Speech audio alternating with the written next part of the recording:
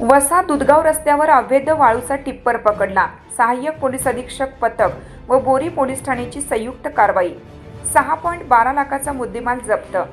जिंतूर तालुक्यातील अवैध वाळू वाहतुकीविरोधात पोलिसांनी धडक कारवाई करत वसा दुधगाव मार्गावर एक टिप्पर जप्त केला। दिनांक 28 फेब्रुवारी रोजी पहाटे 1:30 वाजण्याच्या सुमारास आसेगाव तालुका जिंतूर येथून अंदाजे 1 किलोमीटर अंतरावर ही कारवाई करण्यात आली।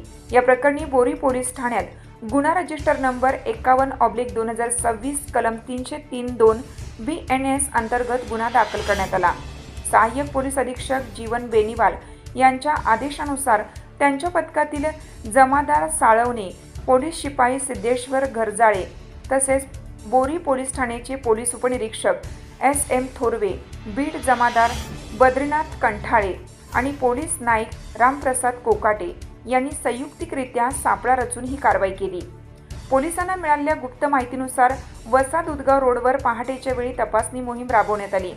दरम्यान आरोपी दत्ता नारायण सोनवणे वय 25 राहणार नामदेव नगर बोरी तालुका जिंतूर जिल्हा परभणी हा आपल्या ताब्यातील टाटा कंपनीचा टिप्पर RTO क्रमांक MH26 AH 6587 मध्ये विनापरवाना 2 ब्रास रेती भरून तिची बेकायदेशीर वाहतूक करताना आढळून आला। त्यास तात्काळ ताब्यात घेण्यात आलं। कारवाई दरम्यान पोलिसांनी सुमारे 6 लाख रुपये किमतीचा टिप्पर व 12,000 रुपये किमतीची 2 ब्रास रेती असा एकूण 6,12,000 रुपयांचा मुद्देमाल जप्त केला। पोलीस शिपाई सिद्धेश्वर व्यंकटराव घरजाळे यांच्या फिर्यादीवरून गुन्हा दाखल करण्यात आला आहे। पुढील तपास बद्रीनाथ कंटाळे हे करीत आहेत।